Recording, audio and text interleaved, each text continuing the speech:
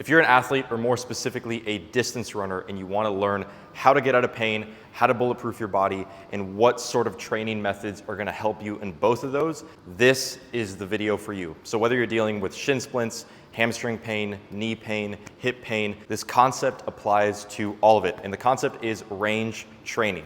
Now, I'm mainly going to be talking about short range training and long range training, but there's also mid-range and extreme long range. Now, in brief, before I actually demonstrate it with some movements, short range is optimal for blood flow, which is going to lead to healing. It often benefits a bit more from higher repetition, high volume sessions that are going to make that muscle feel kind of tight and crampy. And then on the other end, we have long range exercises. These tend to benefit a little bit more from less volume, not necessarily like 1 or 2 reps, but less volume compared to short range. These movements cause more damage to the tissue, the muscle, the connective tissue, which is not necessarily a bad thing. If you can recover from that damage, you are going to be more bulletproof, stronger, more resilient to, in the case of distance running, the legs that are pounding thousands and thousands of times in races or in workouts or in long runs. And that's what you want, right? You want to create a body that is resilient to all of that pounding that you're giving it during your training. So we're gonna have maybe 3 examples. The first one that I think is the easiest to explain is the hamstrings. Then I'm gonna talk about the calves, and then I will also talk about the hip flexors. So let's start with the hamstrings. For the hamstrings, we're gonna use 2 movements, the Nordic and the hamstring curl machine. So the Nordic is an example of a long range knee flexion, which is a hamstring exercise because you're flexing the knee. This is long range, and I'll explain why. Here, the hamstring is relatively shortened, right? The shortest I could get it is down here, but this is a shortened position. As opposed to here, this is a lengthened position of the hamstring. So as I am lengthening my hamstring, I am under more and more load, more and more tension, right? So this is going to cause a lot more damage in the muscle belly of the hamstring as well as the tendon behind the knee. So if you're not in pain, you're not someone who's actively recovering from an injury or some sort of pain in the hamstring, this is amazing for you. If you can't do a full rep like that, you can always try your best and then catch yourself here, still hold tension, and then pop back up to the best of your ability, right? So this is a long range example. This hamstring curl machine is somewhat the opposite of it. There is still a little bit of tension here at the bottom, depending on your machine, but the highest tension, the most difficult point, the crampy point, is up here.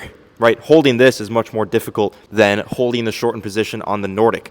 So if you're dealing with an injury in the hamstring or dealing with an injury with knee flexion, this will be more optimal, as well as doing higher volume, higher repetitions, really getting that muscle to get really crampy in that shortened position is going to bring a lot of blood to the area, which, if you have healthy blood, is going to promote healing.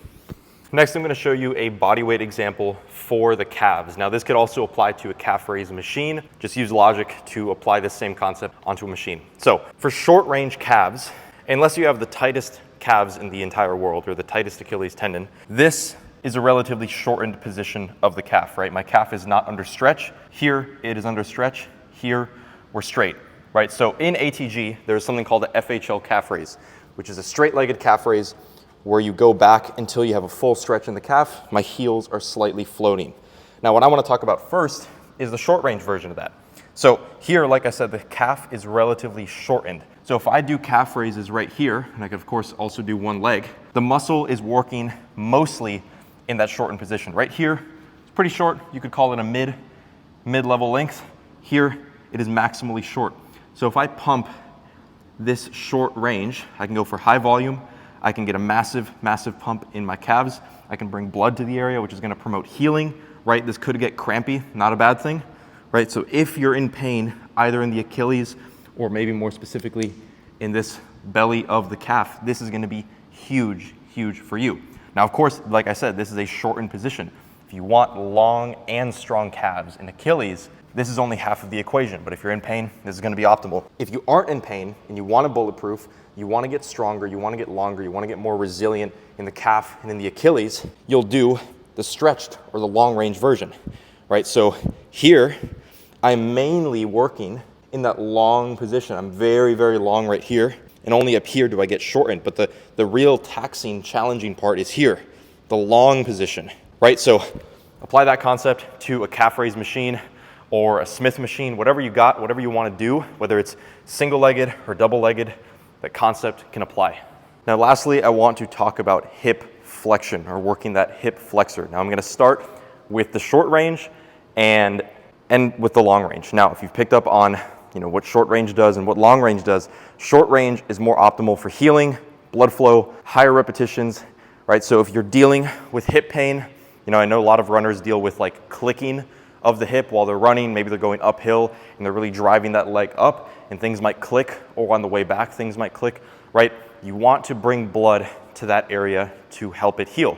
Now, of course, we also want long hips. That's why I will show you the long range version as well, or long range for the hip flexors, but we'll start with short. So there's a bunch of different ways to do this. People will call it all sorts of things. You can call it toes to bar. There's the gar hammer raise. There's, what else? Knees to chest, whatever you want to call it, all right? Who really cares? But as you can see, here in this shortened position of the hip flexion, it's very difficult, right? I'm starting to cramp in the abs versus here in the more lengthened position, I'm relaxing, right? The hips aren't working at all. It's just my arms. So you can rep this like this.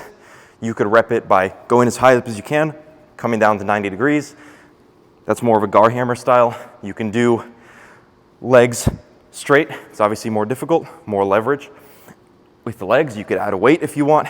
You could, if you wanted to, do single leg, use a monkey foot, attach a weight to the bottom of your shoe, whatever you want to do. Now, the long range version is, of course, the one and only ATG split squat. Now, I've got previous videos where you can see how to regress it either with assistance with your hands or with elevating the front foot. You can also elevate the heel if you would like. Now, as you can tell, although this is a quad dominant exercise, it is essentially a full lower body exercise. Not only are you working the quad, there's some glute action, there's even some hamstring action, and there's, of course, what we're talking about right now, the hip. In the hip flexor raises or the gar hammer raises, I'm working that shortened, crampy position here. Now we are doing the complete opposite and putting the leg far, far, far back, creating length from about here across the hip and down into the quad.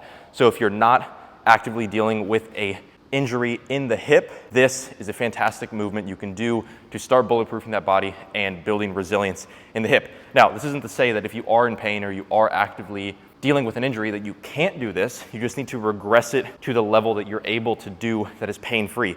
And that goes for all of these movements. The long range calf, the Nordics even, you just want to be careful. You want to be aware that you are doing a long range movement and you, in your case, could be dealing with an injury. So if you do choose that route, just do it with caution, regress it to the level that you can. In all of these movements, they can all regress to your level with assistance, changing of weight, changing of leverage, right?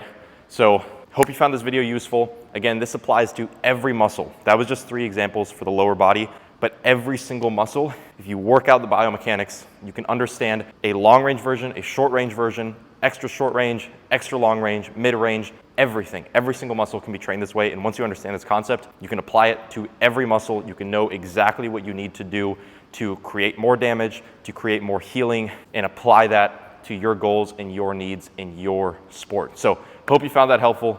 And if you'd like to check out more videos like this, check out my channel or drop a comment below of what sort of videos you would like to see. We're locked.